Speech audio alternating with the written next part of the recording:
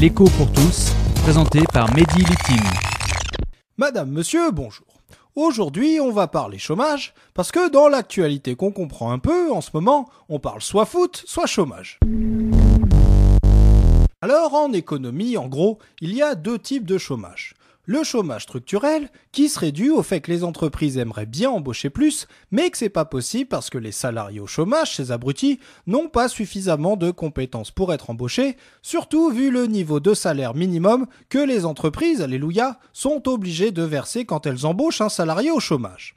Dans ce cas-là, il n'y aurait qu'une chose à faire, c'est de réduire le salaire minimum que touchent les abrutis au chômage, ou alors il faudrait former l'abruti qui, après sa glorieuse formation, serait de nouveau employable par les entreprises, alléluia. Mais il existe aussi un autre type de chômage, un chômage conjoncturel, qui apparaît quand les entreprises ne reçoivent pas suffisamment de commandes de la part de leurs clients, parce que la situation économique, la conjoncture économique, est mauvaise. Et il y a deux moyens pour donner du boulot à ce type de chômeur.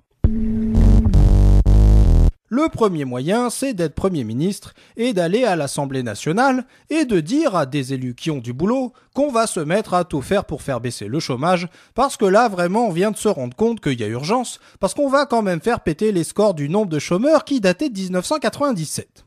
Parce que quand même, avant le pétage de score, c'était pas vraiment facile à voir. Ça, c'est la méthode médiatique, chère aux élus depuis la deuxième moitié du XXe siècle. Heureusement, tout de même, il y a une deuxième méthode, plus ancienne, chère à ceux qu'on appelle les keynésiens, idoles, disciples et serviteurs de son Altesse Sérénissime, feu l'économiste anglais Keynes, et qui consiste à penser que les chômeurs ne sont pas tout le temps des abrutis incompétents payés trop cher, même quand ils touchent le SMIC et qu'ils souffrent de la pauvreté, mais qui consiste à dire que si les entreprises n'embauchent pas, parce que les entreprises ne reçoivent pas suffisamment de commandes, il serait de bon ton, de bon goût, de faire en sorte que l'État passe de nouvelles commandes aux entreprises.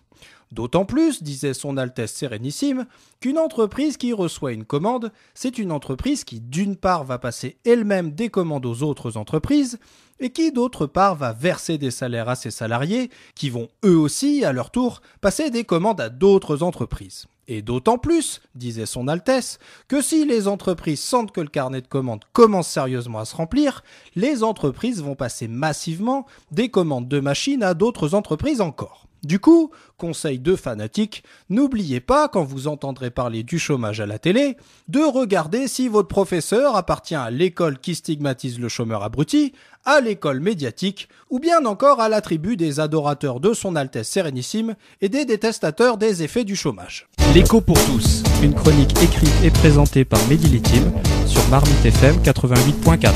Vous pouvez nous contacter pour réagir à cette chronique sur marmitefm.canalblog.com.